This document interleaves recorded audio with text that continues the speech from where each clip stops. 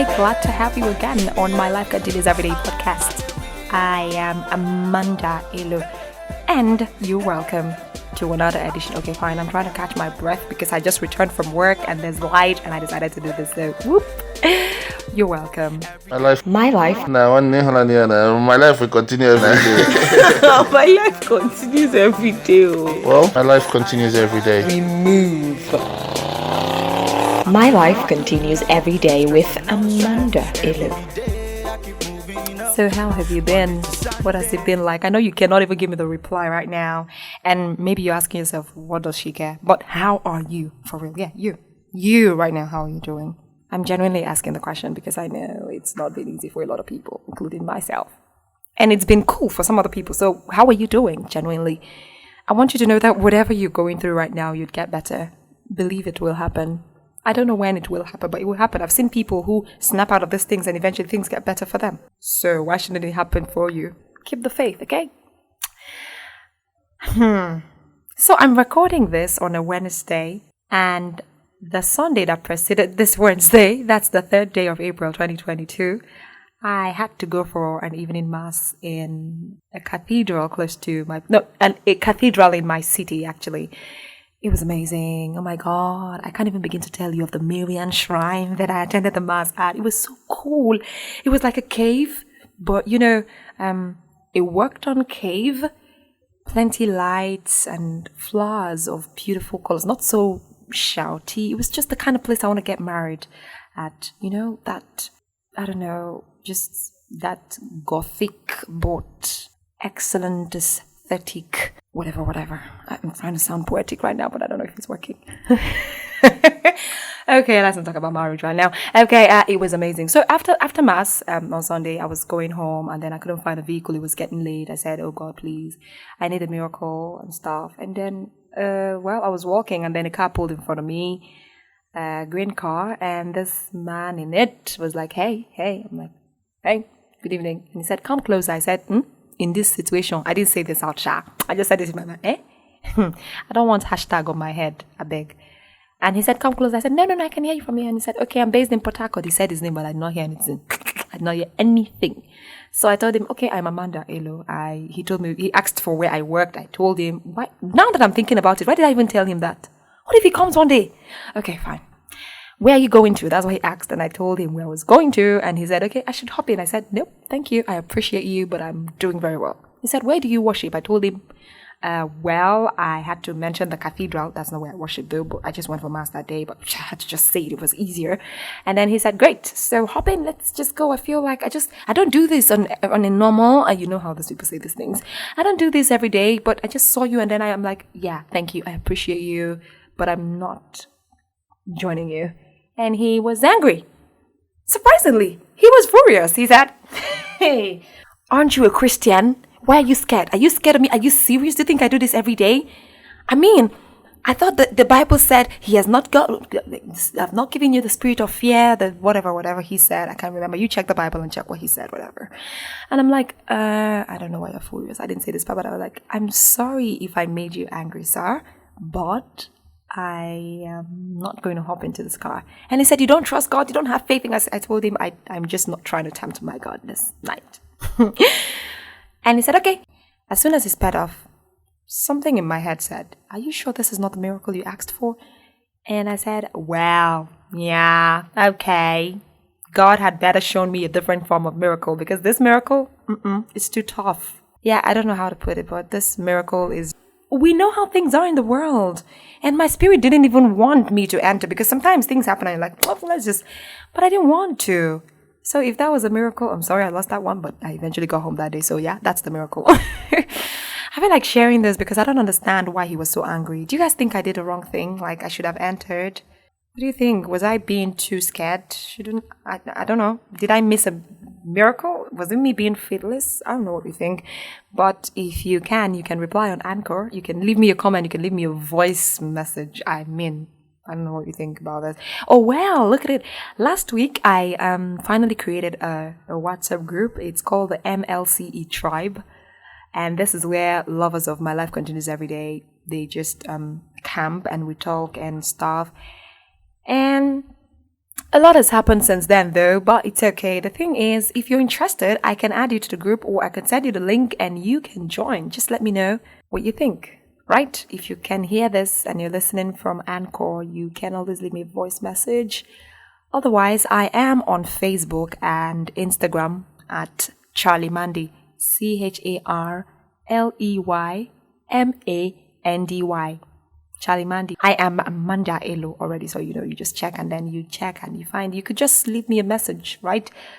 I don't know. If you want to join this, just let me know. That's it. If you really want to join this, I will look for a broader community. Someone said, why not do Telegram or Facebook or any of those? I said, oh, let's start from somewhere first. But if I'm convinced enough to move from where I am, I will. But for now, we're just keeping it, small community where people are comfortable sharing their day-to-day experiences. They're okay. They're just a safe space. I just don't want to make it too loud and all of that. It would eventually get that loud, but I don't know. I just want to take it slowly. But you let me know what you think. Okay. So today's stories. I've got the first one from this lady. She sent this in February. Somehow I didn't use it. And this is a perfect time to use it because this is a time when I am actually in the same condition as her. Not exactly like her, but when you set out with all this enthusiasm to make something happen and then eventually it's looking like you're not getting it right. My friend, I get this a lot from people. People say you're a podcaster, you're a voiceover artist, you have a short film, you do a lot of audio dramas, you do a lot of creative things. How is it that you're still broke? Should you be complaining about money? I don't know. A friend asked, are you sure you're not doing something wrong? I don't know what it is I'm doing wrong, but I still am not financially where I should be. Whatever. So I understand totally. I could actually relate to this particular story. And it's coming up right now. She's a regular on this show. And I like the way she said she doesn't just want to give a success story. She wants you to follow the process. That's what this podcast is about. We follow the process. You keep talking about it until we get to the success story. So people know that the success story doesn't just happen. And they just don't claim that, oh, you're a motivational speaker, you're lying. Let them follow the process when it's bad. So when the good one comes, they'd hear the testimony and they'll say, oh, it's real. Wow. I have followed the sequence of things and this is real. And hope springs because we need a lot of it in the world. Love, hope, laughter, and peace. And I hope you find peace in this story. So this is not exactly a story with a happy ending, but I decided to share because I feel as human beings, we don't have it all figured out in the beginning. Sometimes things go wrong, but some of us don't just want to talk about it until everything is complete. We want to wait for that big success story and we'll start talking about how I started, blah blah blah blah blah. Yeah. It actually sounds interesting, but I want to start talking about this particular thing now before everything begins to make sense, because right now things don't really make sense. I recently launched the product, and truth be told, before I launched that product, I had sleepless nights. In fact, my sleeping habit was messed up. I had insomnia, I worked very hard, I researched a lot, spent a lot of money on data, doing research. After doing the research, create the product, and then paid for a platform to put my product on so that people can see it and buy. And I'd really imagine how at least I'll make maybe in a week I can make when you put a tag, because the product was not even that expensive, but when you feel like people are going to turn up, because I've made a similar product for free and I saw how people found it very valuable and they rushed it, so I felt this one was going to be like that. My bad, it wasn't. Although I'm grateful, the first day I announced the launch of the product, people that I know were really supportive. Not all of them, but some of them were supportive. They shared the flyer on every platform, telling people about the product. Some of them even bought the product, and I know they bought it not because they needed it, they just wanted to support me, and I'm grateful for that. I'm really grateful for that. Although the money they even bought the product with, I had to use it to run ads, to reach more people. Imagine running ads and then you're not even getting sales, you're just getting inquiries, and then when you get to a point where they don't even want to talk to you anymore, and then you're sending reminders and nobody's even talking to you. It's like that particular day you launch out the product, like everybody's talking about it, and then the second day, okay, the talk is like there a little bit, and then the third day nobody's even talking about it anymore. But I was not relentless. I kept talking about the product. I kept talking about it. For the first time I saw myself hawking my matter. Normally I'll be shy, I'll be scared, what would people say? But I was not shy, I was not scared. I'm like, this is my hustle, let me market my product. If people don't buy, it's better than for it to be like, okay, I just sat down and I was waiting for people to buy from me when I did not put my product out there. So what I did was that part of the change that was left after I ran ad, I used it. I went to an eatery, I bought fried rice. Yes, I bought fried rice, I bought goat meat, I bought meat pie, I bought this thing, a drink, and I bought moi moi. Yes, the moi moi is so nice. I came back to the house and I ate the food. As I was eating, I was even crying. Oh my god. It was painful because I've been having sleepless night, and even after after launching the product, I could not still sleep. Because I was waiting for, I'm waiting for, somebody wants to buy. I don't want to, keep the person hanging and all. And I was really waiting for that message of, I would like to buy your product. Send me your account details.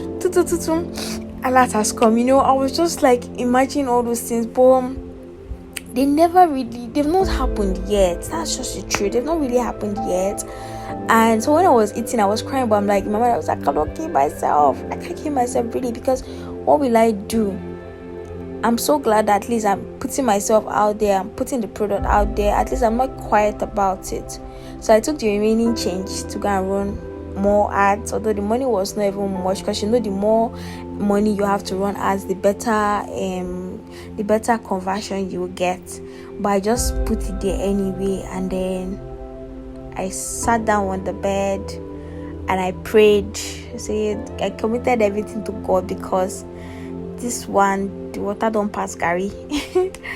And this is somebody that is me, that tried to launch out this product to get money because I was broke, and obviously because the product was valuable. But imagine me not now having anything. The money that I got from the little family and friends that patronized me, I put it back in ad, and then I've not even gotten it back.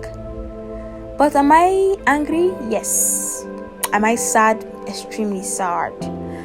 Am I going to give up? No.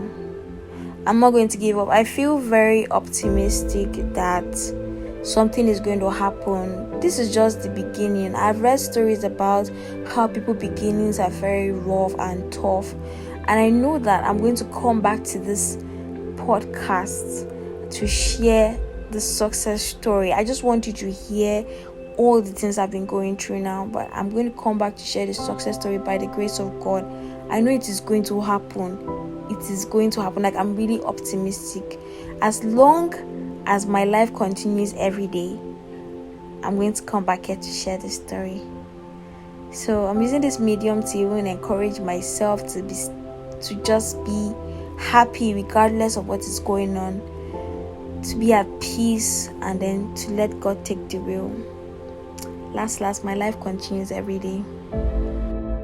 Wow, her life continues every day. I kind of felt it when she said she was crying and eating. The funny thing, the day I listened to this, because of course you have to pre-listen, I have to pre-listen to the audios people said. Mind you, you can send your story too. Just reach out. That's why I love this community that I created on WhatsApp, right? And I told you already, my handles on Instagram and Facebook, Charlie Mandy, CharleyMandy. You can let me know if you have a story. I'll send you my Gmail and you can send your story, okay? So we can share it on this podcast and give people hope.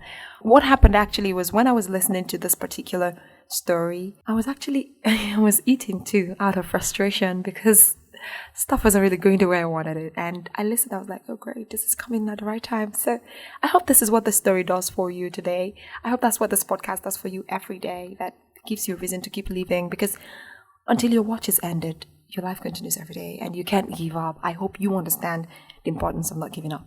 Okay?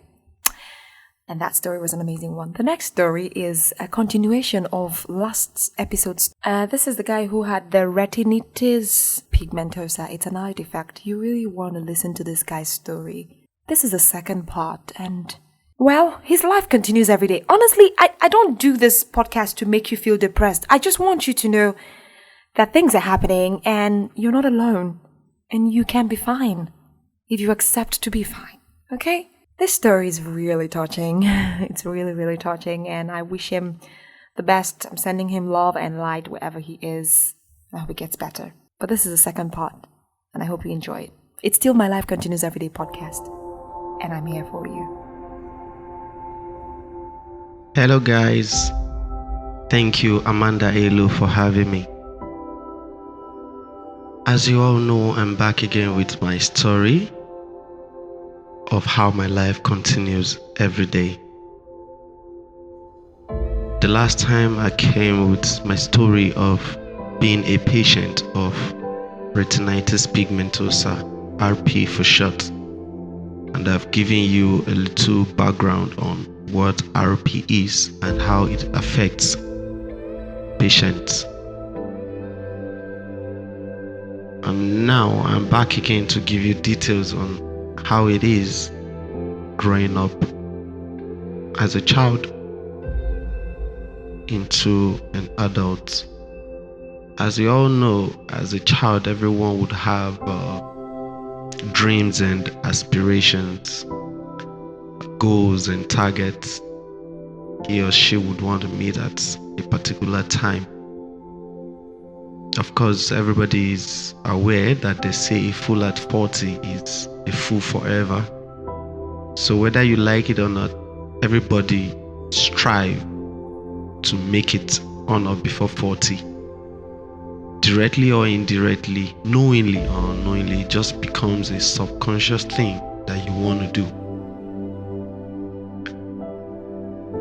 Why am I saying all of this? It's because retinitis pigmentosa has a way of cutting short one's dreams and aspiration as to how you do things, when you do things that you want to do.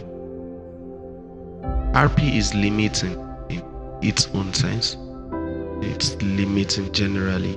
There are things you want to do and times you want to do them, but RP will tell you the time it wants you to do those things you want to do, and even choose for you what you should do.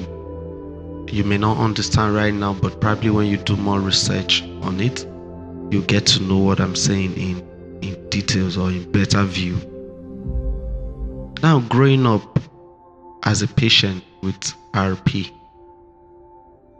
if you remember vividly when I gave an insight of how my dad would ask me to get a remote from the center table and I'm unable, and he's wondering what is wrong with this boy.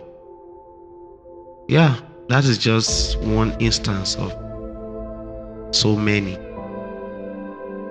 Of course, like I said in the previous episode, I'm over 30 years of age. Yeah, so that is to say I've actually grown into adulthood. And mind you, I'm married.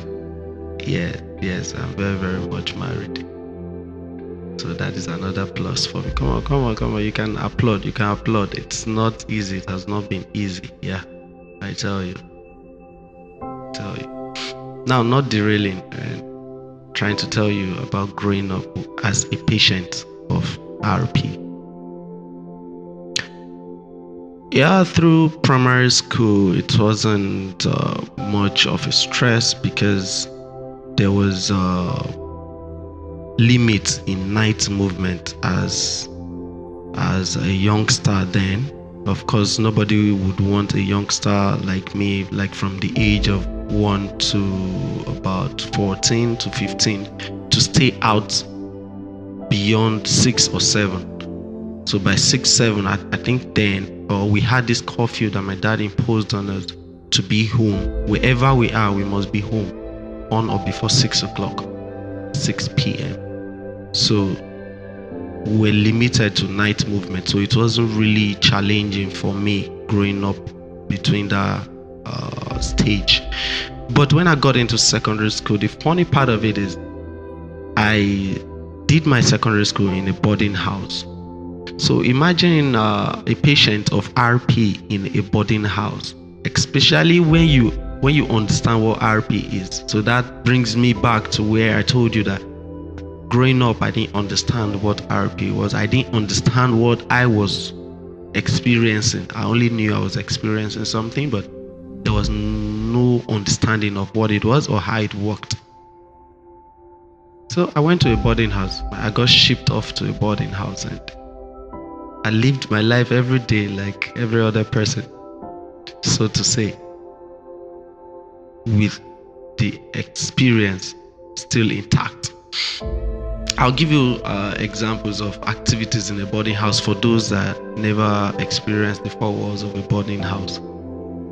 Of course, in a boarding house, there will be seniors, there are house masters, there are house prefects, there are teachers, there are, of course, admin staff. And there are activities lined up for you as a boarder. The activities lined up for you, activities that you must partake in, you have no choice. Activities ranging from waking up in the morning, depending on which of the days. I think in my secondary school then we used to have assemblies on Mondays and Fridays. Yeah, on Mondays and Fridays. So imagine it's a Friday morning. So that is to say you have to wake up as early as possible. Not you waking up. There are actually people that are supposed to wake you up, like the likes of the timekeepers. We have timekeepers. Timekeepers will wake everybody up. Those that refuse to wake up at the time or at the sound of the bell will get woken up by their house prefects. And waking you up is not tapping you on the shoulder. I'm talking of either pouring you cold water or a guava stick landing on your lap or on your back or something, or a slap to your cheek, like hot slap. Not so you have these activities lined up for you, and waking up is not like when the day is bright or like dawn. No, it's not dawn per se. Day is usually still very, very dark and black. You get, so like you're waking up by 5 a.m.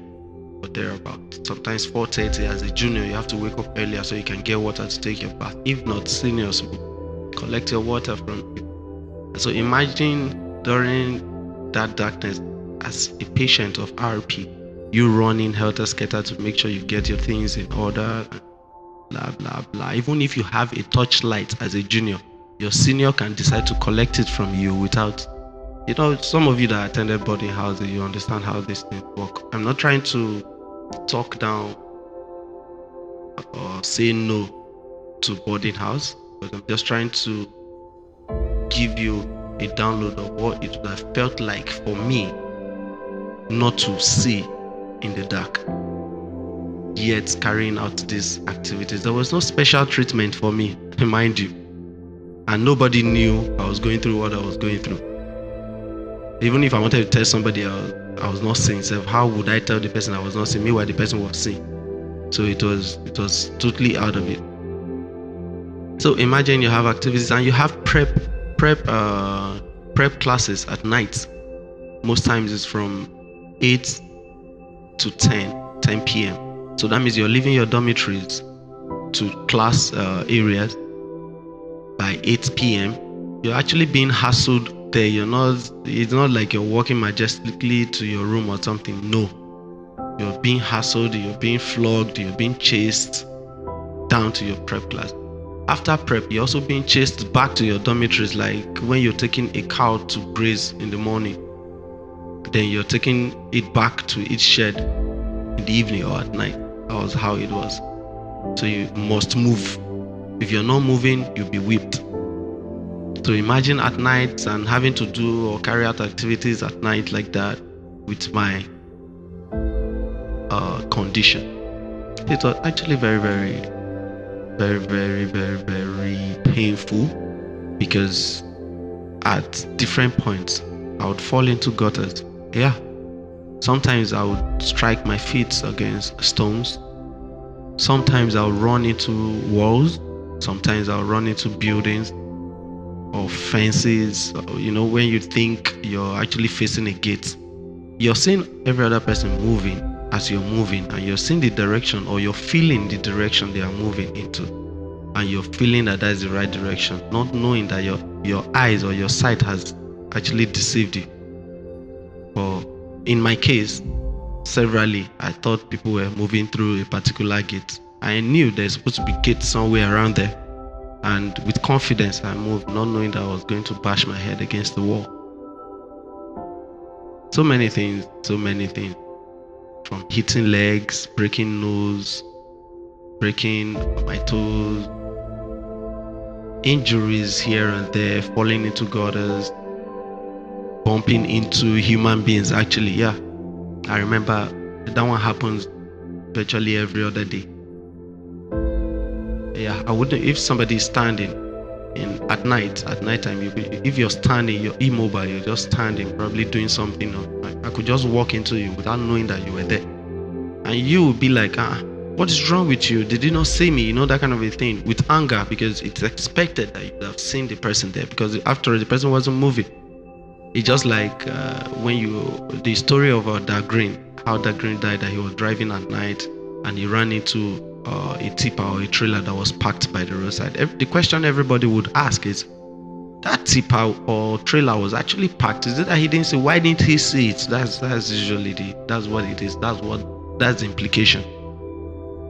And now, how do you explain to people that you actually did not see them, and that was how you bumped into them? So you see you see the burden I've had to carry over the years. You've seen how I lived my life while in secondary school. I'll share with you in the next episode the dreams and aspirations and how they have been hindered or cut short as a result of retinitis pigmentosa. As always, my life continues every day.